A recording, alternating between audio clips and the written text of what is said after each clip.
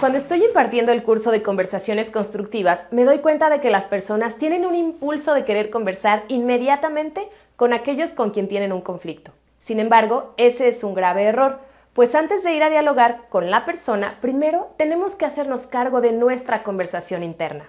La conversación interna es el resultado de todas esas ideas y pensamientos que genera nuestra mente con la intención de dar sentido a lo que está ocurriendo en el exterior y que modifica nuestra forma de actuar hacia los demás.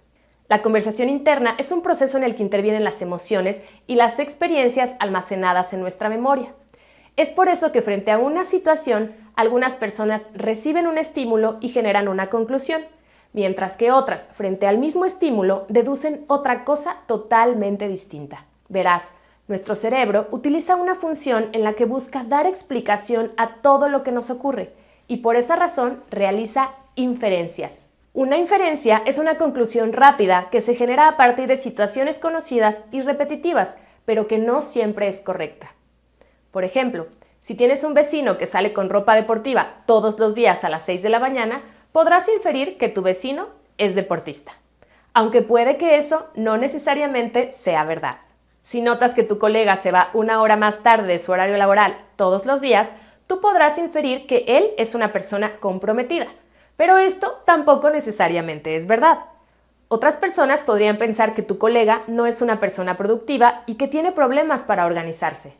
Como puedes observar, hacia una misma situación, las personas podemos percibir y generar distintas conclusiones, pues en este proceso interviene la percepción y la interpretación que cada uno de nosotros hacemos de los hechos. Las inferencias son una estrategia del cerebro para generar eficiencia. Es una forma rápida de explicar por qué ocurre lo que ocurre o por qué las personas actúan como actúan. Desafortunadamente, las inferencias no necesariamente reflejan la verdad o son verdades incompletas, que no describen la totalidad de lo que está ocurriendo.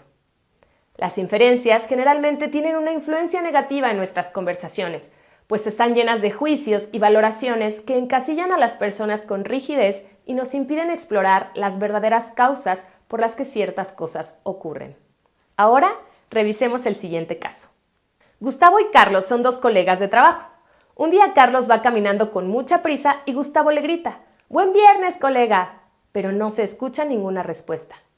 En instantes, Gustavo piensa que Carlos no le regresó el saludo, que lo ignoró, que Carlos es un engreído y que, claro, solo lo saluda cuando le conviene.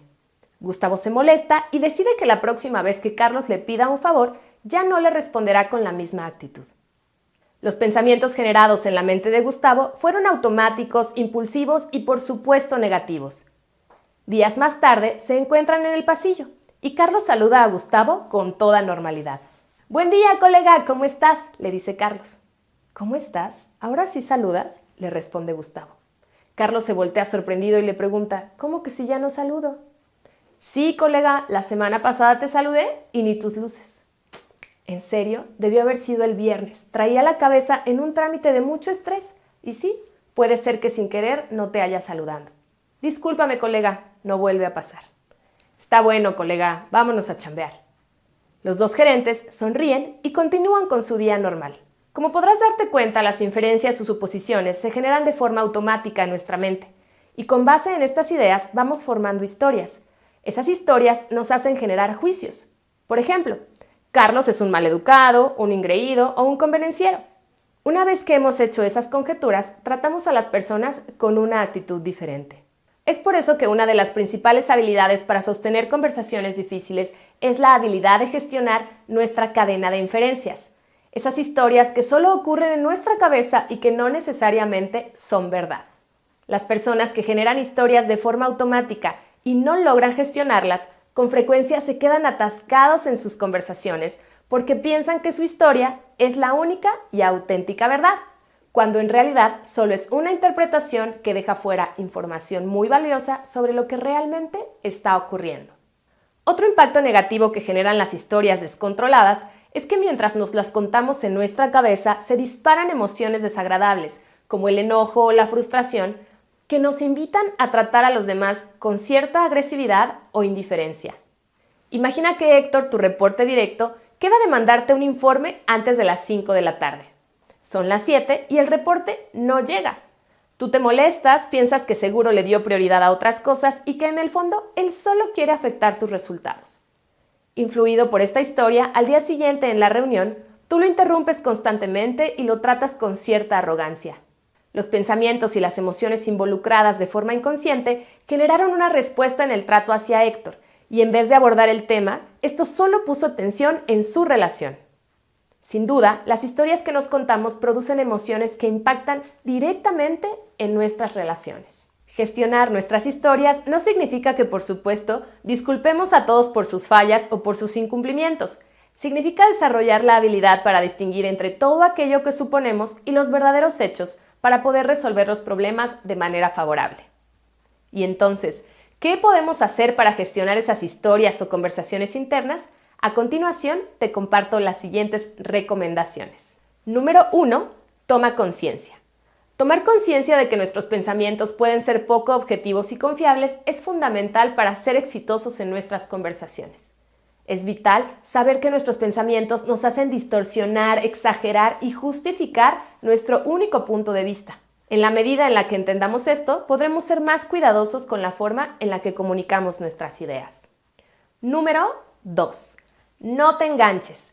En cuanto notes que el tren de pensamiento va demasiado rápido y que las emociones se están haciendo cada vez más intensas, hay que detenerse. Algunas de las técnicas que mejor funcionan son las técnicas de atención al momento presente. Si detectas que estás muy enganchado al pensamiento y experimentas emociones intensas, rompe el bucle y traslada tu atención a otra cosa. Poner atención a tu respiración es una de las mejores estrategias. Observa cómo el aire entra y sale de tu cuerpo, o inhala y exhala en 4 tiempos. Haz este ejercicio 4 o 5 veces y notarás cómo la calma regresa. Una vez que sientas cómo la calma regresa, podrás realizar el siguiente paso. Número 3. Desarma la historia con el método pienso, siento y actúo. Así es, tómate 5 o 10 minutos para escribir la historia y descomponerla en cada una de sus partes. Lo que piensas, lo que sientes y cómo actúas. En la sección Pensamientos, pregúntate, ¿qué pensamientos me genera esta situación? ¿Qué ideas vienen a mi cabeza? Sentimientos. ¿Qué emociones fuertes me despierta? ¿Por qué me siento de esta manera? Acciones. ¿Cómo me comporto a partir de esto? ¿Me vuelvo defensivo? ¿Me aíslo? ¿Qué hago o qué dejo de hacer? Reflexionar sobre estos 3 elementos te brindará calma y te permitirá avanzar hacia el siguiente paso. Número 4. Cuestiona tus pensamientos y encuentra su invalidez. El hecho de que generemos pensamientos no significa que los tenemos que creer, así es que es momento de interrogarlos con los siguientes ejercicios. Cuestiona los supuestos. Como cuando tu colega no te saluda y tú piensas que lo hizo a propósito, pregúntate, ¿cómo sabes que lo hizo a propósito? ¿Qué evidencia tienes de que esa fue su intención? Cuestiona las generalizaciones. Como cuando un colega llega tarde en la única reunión que han tenido y piensas que él siempre es impuntual. ¿Tienes evidencia de que en todas las ocasiones llega tarde? ¿Alguna vez ha llegado temprano? Cuestiona los juicios. Como cuando una gerente se muestra muy fría en su comunicación y piensas que eso es deplorable, que nunca será una buena líder. Recuerda que detrás de cada acción existe una razón, así es que en vez de generar un juicio, pregúntate, ¿qué es lo que hace que ella actúe así? En vez de etiquetar buenas y malas conductas, conviene abordar los temas con curiosidad y tratar de entender por qué las personas adoptan ciertos comportamientos. ¿Es muy arrogante, es muy pesado, muy exigente o muy aburrido? Los juicios nublan nuestra visión y nos impiden conectar y comprender a los demás. Número 5. Regresa a los hechos.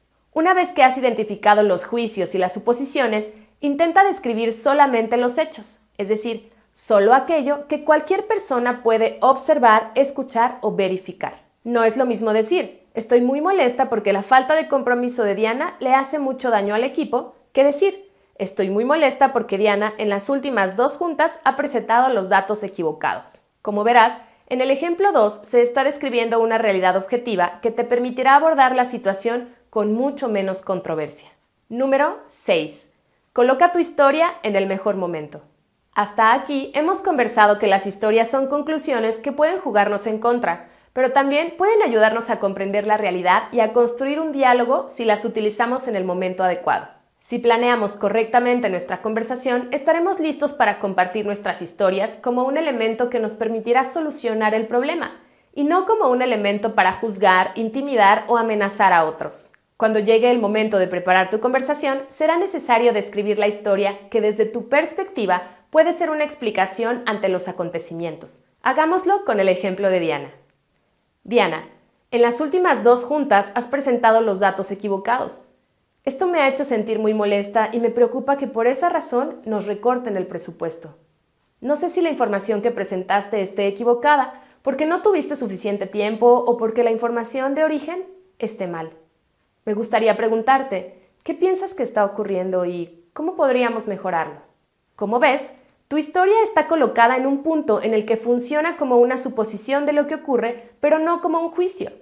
Esto permitirá que la persona comprenda tu punto de vista y podamos avanzar al último paso. Número 7. Prepárate para escuchar la historia de otros.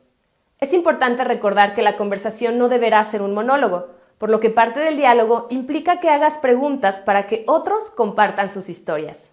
Preguntas como, ¿qué es lo que verdaderamente está ocurriendo?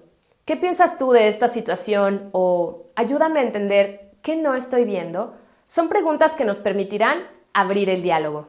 Las historias pueden llegar a ser un recurso para avanzar en la resolución de un problema siempre y cuando sepamos utilizarlas. Las personas que son buenas para dialogar y generar acuerdos desarrollan la habilidad de gestionar sus conversaciones internas y cuestionar todas aquellas historias que les impiden observar la realidad desde una perspectiva más objetiva.